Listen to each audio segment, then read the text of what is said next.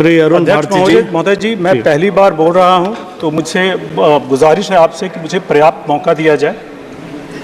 अध्यक्ष जी, आज बजट की चर्चा पर आपने जो मुझे बोलने का अवसर दिया है उसके लिए आपका बहुत बहुत धन्यवाद है। सबसे पहले मैं अभिनंदन करता हूं हमारे माननीय प्रधानमंत्री श्री नरेंद्र मोदी जी का, जिन्होंने तीसरी बार इस देश का नेतृत्व करने का जो अवसर मिला है उसके लिए मैं शुभकामना देता हूं। मैं अपने लोकसभा क्षेत्र जमुई की देवतुल्य जनता का भी आभार व्यक्त करता हूं, जिन्होंने मुझ पर पहली बार और हमारी पार्टी पर तीसरी बार अपना विश्वास व्यक्त किया है। मैं बड़े गर्व और जिम्मेदारी के साथ बजट पर अपनी पार्टी का जो रुख पक्ष रखने का मौका मिला है उसके लिए मैं अपने राष्ट्रीय अध्यक्ष माननीय श्री चिराग पासवान जी को भी बहुत बहुत धन्यवाद देता हूं। अध्यक्ष जी, मैं बिहार से आता हूं, जो भगवान जैन, भगवान बुद्ध, माता सीता, गुरु गोविंद सिंह जी, आचार्य चाणक्य, जयप्रकाश नारायण जी, कर्पूरी ठाकुर जी और स्वर्गीय रामविलास पासवान जी की भूमि है। बिहार जो संस्कृति, कला और ज्ञान की नगरी थी, जहां अनेक महापुरुषों ने जन्म लिया है, वही बिहार हर स्तर पर आज के दिन चुनौतियों से लड़ रहा है। इसका कारण है पूर्व की केंद्र सरकारों का बिहार के साथ सौतेला व्यवहार। बिहार को मुख्य धारा से वंचित रखने का जो उनका षड्यंत्र था, जो कांग्रेस सरकार ने केंद्र में किया था, और फिर जंगल राज की सोच वाली आरजेडी की सरकार थी, उसने, उनके शासनों ने बिहार को कम से कम 2 दशक पीछे ढकेल दिया था। इस बात को मैं एक शायरी के माध्यम से आपको समझाना चाहता हूं कि ये मंजर भी देखा है तारीखों की नजरों ने, ये मंजर भी देखा है तारीख की नजरों ने, लम्हों ने खता की थी, सदियों ने सजा पाई है। उनकी गलतियों की कीमत आज पूरा बिहार भर रहा है, और उन्हीं गलतियों को अगर सुधार कर बिहार को विकास के पथ पर ले जाने का काम अगर इस बजट ने किया है तो ये बहुत सराहनीय है। विपक्ष के साथी बहुत असहज महसूस करते हैं कि बिहार पर इतनी मेहरबानी क्यों की गई। मैं बताना चाहूँगा अध्यक्ष महोदय कि बिहार ने तो कभी प्रश्न नहीं किया कि बजट में अन्य केंद्र राज्य के सरकारों को क्या सौगात मिली। उदाहरण के तौर पर 2021 के बजट में केंद्र सरकार ने 25,000 करोड़ का इकोनॉमिक कॉरिडोर बंगाल को दिया था, या 1 लाख करोड़ से 1100 किलोमीटर के राजमार्ग की राशि केरल में दी गई थी, जहां एनडीए की सरकार नहीं थी। लेकिन जब बिहार को इस बजट में दिया जा रहा है तो आपत्ति है। यह आपत्ति किस लिए, या हमारी भी समझ से बाहर है। जो कमजोर राज्य होते हैं उनके ऊपर विशेष ध्यान देने की जरूरत है। एक बिहारी होने के नाते मुझे लगता है कि यह बजट एक समावेशी बजट है, न्यायोचित बजट है, बिहार के परिप्रेक्ष्य में न्याय संगत बजट है, और इसकी जरूरत बिहार को आज कई दशकों से थी। बिहार एक पिछड़ा राज्य है। हमें उलाहना दिया जाता है हर बार अध्यक्ष महोदय कि बिहार एक पिछड़ा राज्य है, लेकिन ऐसे पिछड़े राज्य को आगे लाने के लिए विकास की राह में अगर इस तरह के प्रयास हो रहे हैं तो ये बहुत सराहनीय योगदान है। क्या आप नहीं चाहेंगे कि बिहार भी विकसित हो, बिहार के लोगों को भी बेहतर सुविधाएं मिले?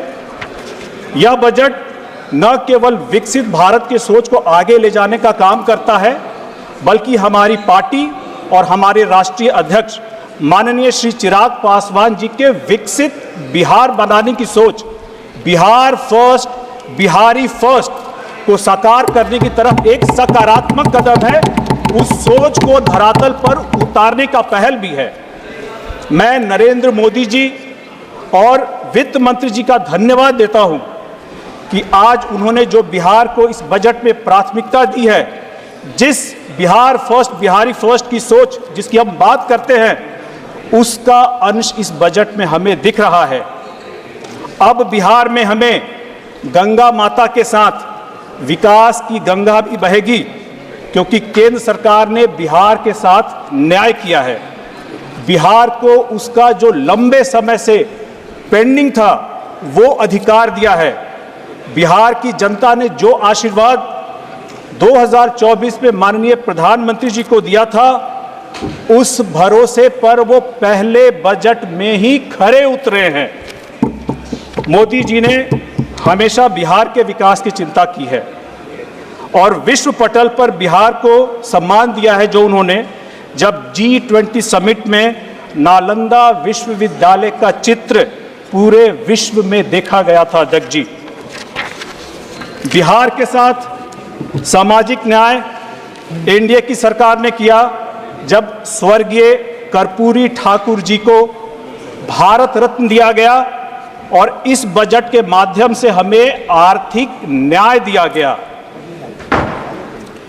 बिहार को विकसित भारत का एक विभिन्न अंग बनाया गया है और जिसमें सरकार ने जो पूर्वोदय योजना की घोषणा की है, जिससे बिहार के ऑल राउंड डेवलपमेंट के लिए human resource development, infrastructure, generation of economic opportunities के माध्यम से बिहार को प्रगति के पथ पर ले जाएंगे। क्या क्या फायदे हैं अध्यक्ष जी, मैं और भी आगे जाऊंगा, लेकिन मैं आपको समय में थोड़ा पीछे ले जाना चाहूँगा, लगभग 2 दशक पीछे। एक तत्कालीन मुख्यमंत्री हुआ करते थे बिहार के, जिनके बारे में बिहार में एक कहानी चलती है कि जब वहाँ की जनता उनके पास गई और उन्होंने कहा कि मुख्यमंत्री जी हमें सड़क की ज़रूरत है, तो मुख्यमंत्री जी ने ये कहा था कि अच्छा है तुम्हारे गांव में सड़क नहीं है, क्योंकि जब तुम अपराध करोगे और तुम्हारे गांव में सड़क होगी तो पुलिस तुमको पकड़ करके गिरफ्तार करने आ जाएगी ना। और अगर रोड होगा ही नहीं, तो पुलिस तुम्हें गिरफ्तार करने कैसे आएगी? जिस प्रदेश में अध्यक्ष जी जिस प्रदेश में बेसिक इंफ्रास्ट्रक्चर को लेकर के यह सोच थी, अब वहां पे इस बजट में एक्सप्रेसवे दौड़ेंगे, गंगा नदी पे नए पुल बनेंगे। कहां थे सवाल करने वाले? जिस वक्त हमें एक्सप्रेसवे की जरूरत थी, कहां थे सवाल करने वाले? ऐसे बेहतर एक्सप्रेसवे से बिहार की अर्थव्यवस्था को भी देश के बाकी हिस्सों से जोड़ा जाएगा, व्यापार सुगम बनेगा, रोजगार के अवसर बनेंगे और आर्थिक विकास को बढ़ावा देगा, जो कि हमारा बिहारी फर्स्ट के सोच को भी साकार करता है। अध्यक्ष जी, इस बजट के माध्यम से 26,000 करोड़ के रोड कनेक्टिविटी प्रोजेक्ट्स की घोषणा के लिए मैं सरकार को कोटि कोटि धन्यवाद देता हूं। इस बजट में पटना से पूर्णिया का एक्सप्रेसवे, बक्सर से भागलपुर का एक्सप्रेसवे, बोधगया, राजगीर, वैशाली और दरभंगा स्पर्श से जो जोड़ा जाएगा और जो एडिशनल 2 लेन का ब्रिज गंगा नदी में बनेगा, वो शामिल है और ये एक बहुत ही सराहनीय कदम है। माननीय अध्यक्ष महोदय, मैं फिर कुछ ऐसा कहने वाला हूं जहां थोड़ी सी आपत्ति आएगी। मेरे लोकसभा क्षेत्र जमुई में चुनाव के वक्त जो जंगल राज की सोच वाली जो विपक्षी थे, उन्होंने मुझे बार बार बाहरी बोला ये तो बाहरी है। ऐसे में सवाल उठता है अध्यक्ष महोदय कि बिहारियों को बाहरी किसने बनाया? कौन उनको तिरस्कृत होने के लिए, बिहार से बाहर जाने के लिए मजबूर कर दिया? चाहे वो नौकरी हो, चाहे वो शिक्षा हो, या फिर जान माल की हिफाजत हो, बताएं। अध्यक्ष महोदय, दशकों बाद ऐसा बजट आया है जिसमें रोजगार के जो अपार अवसर बनेंगे, चाहे वह रोजगार के लिए प्रधानमंत्री जी के 5 योजनाओं का पैकेज के माध्यम से हो, नए इंफ्रास्ट्रक्चर प्रोजेक्ट के माध्यम से हो, जैसे कि 2400 मेगावाट का नया पावर प्लांट हो, बिहार में एक्सप्रेसवे के प्रोजेक्ट हो, नए एयरपोर्ट हो, खेल कूद का इंफ्रास्ट्रक्चर लगाने की बात हो, तो यह उम्मीद जगती है कि अब हम बिहारी भी वापस बिहार जाने के बारे में सोच सकते हैं, ताकि हम बिहारी ही कहलाएं, बाहरी नहीं कहलाएं। सरकार पावर प्रोजेक्ट्स के लिए जो 21,400 करोड़ की लागत से नया पावर प्लांट पीरपैंती में जो बनाया जाएगा, जो नए एयरपोर्ट, मेडिकल कॉलेज बनाए जाएंगे, जो स्पोर्ट्स के इंफ्रास्ट्रक्चर बनाएंगे और जो केंद्र सरकार ने सौगात दी है और एडिशनल एलोकेशन को जो सपोर्ट मिलेगा कैपिटल इन्वेस्टमेंट से, उसकी भी हम बहुत बहुत स्वागत करते हैं। बिहार जैसे राज्य में विकास के लिए अधिक बजट की जरूरत है, जिसके लिए बिहार सरकार द्वारा external assistance from multilateral development banks को भी प्राथमिकता दी जाएगी। Sir, the data shows that Bihar alone accounts for 17.2% of the flood-prone areas in India.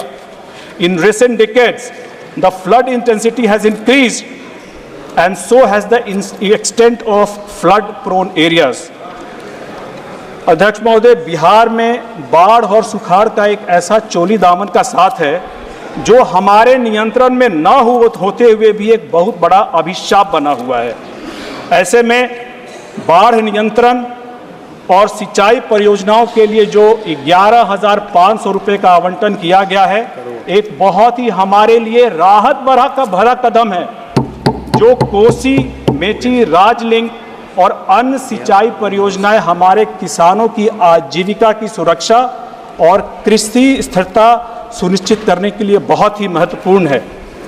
मैं विशेष अभिनंदन करता हूं सरकार का, क्योंकि उन्होंने बाढ़ के विषय में एक निर्णायक कदम लिया है। और वित्त मंत्री जी ने भाषण में यह भी बताया कि किस प्रकार बिहार में बाढ़ नेपाल के कारण आती है और बिहार को एक्सेलरेटेड इरिगेशन बेनिफिट प्रोग्राम के माध्यम से जो 11,500 करोड़ का आवंटन जो दिया जाएगा, जिससे कोची मेकी इंटरस्टेट लिंक और 20 ऐसी ongoing and the new schemes including barrages, river pollution abatement and the irrigation projects के लिए दिए जाएंगे।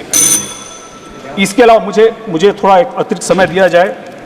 इसके अतिरिक्त सर्वे और इरिगेशन को कोसी रिलेटेड फ्लड मिटिगेशन और इरिगेशन प्रोजेक्ट्स के लिए भी हम उसमें लिए गए हैं। बाढ़ के कारण बिहार में सिर्फ जान और माल का नुकसान ही नहीं होता अध्यक्ष महोदय, रेवेन्यू का भी लॉस होता है, क्योंकि जो बजट प्रदेश के विकास कार्यों में प्रयोग हो सकता है, उसका प्रयोग सरकार मुआवजा देने में करती है। फ्लड कंट्रोलिंग और इंटरलिंकिंग के माध्यम से न सिर्फ बाढ़ नियंत्रण में मदद मिलेगी, बल्कि हम विकास कार्यों के लिए बेहतर फिस्कल मैनेजमेंट में ही कर सकेंगे। अध्यक्ष महोदय, हमारा बिहार जो तत्कालीन मुख्यमंत्री के राज में जंगल राज, संगठित अपराध के लिए जाने जाते थे, अब पर्यटन के मामले में विष्णुपद मंदिर और महाबोधि मंदिर के धार्मिक पर्यटन के लिए जाने जाएंगे। राजगीर और नालंदा की सांस्कृतिक विरासत को संरक्षित और किया जाएगा और उसको बढ़ावा दिया जाएगा, जिससे न सिर्फ आर्थिक विकास को बढ़ावा मिलेगा, बल्कि पर्यटन को लेकर के हमारी पार्टी की सोच बिहार फर्स्ट, बिहारी फर्स्ट को भी साकार करने का काम किया जाएगा। Please conclude sir. सर, थोड़ा समय और।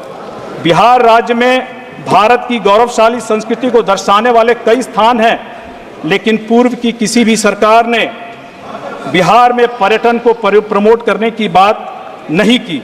मुझे गर्व है कि सरकार विकास और विरासत दोनों को साथ में लेकर के चल रही है।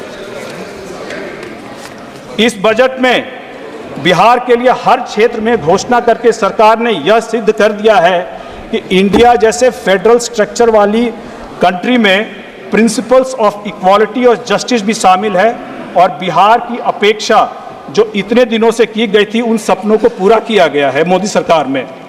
विपक्ष के साथी पूछते हैं कि बिहार में का बा, तो मैं उनको बताना चाहूंगा अध्यक्ष महोदय कि बिहार में अब बहार बा, बढ़त रोजगार आ व्यापार बा, विकसित होत जमुई, हाजीपुर, समस्तीपुर और कटिहार बा।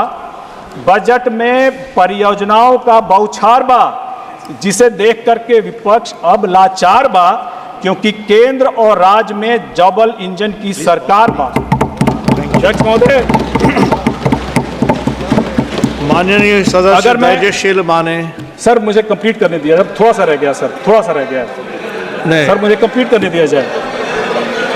अगर Last 30 अगर last अगर 30 seconds, अगर please मैं conclude. बिहार के विकास की बात करूं और बाकी एलोकेशन की बात करूं हुजूर, तो पिछले 10 वर्षों में केंद्र सरकार ने हमारी बाकी पूरी सदस्य मदद लोगों की को है। अभी समय नहीं मिलेगा, प्लीज अंडरस्टैंड। सर पहली बार है सर, प्लीज पहली बार है, please Made conclude an in answer। 30 seconds please. Bihar में आज रेल को 71,000 करोड़ की परियोजनाएं, 12 नई लाइन, 4 गॉज कन्वर्जन और 18 डबलिंग लाइन दी गई है। सेंट्रल रोड और इंफ्रास्ट्रक्चर फंड CIRF के माध्यम से हमारे राज्य को पिछले 4 वर्षों में 1500 करोड़ के रोड प्रोजेक्ट्स दिए गए हैं। वित्तीय वर्ष 23-24 में बिहार को केंद्र से लगभग 1,73,000 करोड़ रुपए प्राप्त हुए हैं। और अगर मैं बिहार में पिछले 10 वर्षों में नए मेडिकल कॉलेज की बात करूं तो 8 नए मेडिकल कॉलेज शुरू किए गए हैं। धन्यवाद महोदय, इसमें मैं एक व्यक्तिगत एक्सपीरियंस माने साझा जी। करना चाहूंगा आपके साथ कि 250 करोड़ की लागत से मेरे लोकसभा क्षेत्र जमुई के लिए एक मेडिकल कॉलेज की स्वीकृति की गई श्री थी। धैर्यशील माने जी। आजादी के इतने वर्षों बाद भी जमुई में एक मेडिकल कॉलेज नहीं था, जो इतने वर्षों बाद अब जाकर के जो एक आकांक्षी जिला है वहां हुआ है अभी। हुजूर, धन्यवाद अध्यक्ष महोदय। लास्ट सर लास्ट एक पैराग्राफ और सर, लास्ट 3 बार मैं उनका नाम बुला चुका हूँ, 3 बार बुला चुका हूँ मैं। No thank you sir last sir. नहीं please, I will give you one more chance again. Dhairyasheel Mane ji please. धन्यवाद अध्यक्ष महोदय।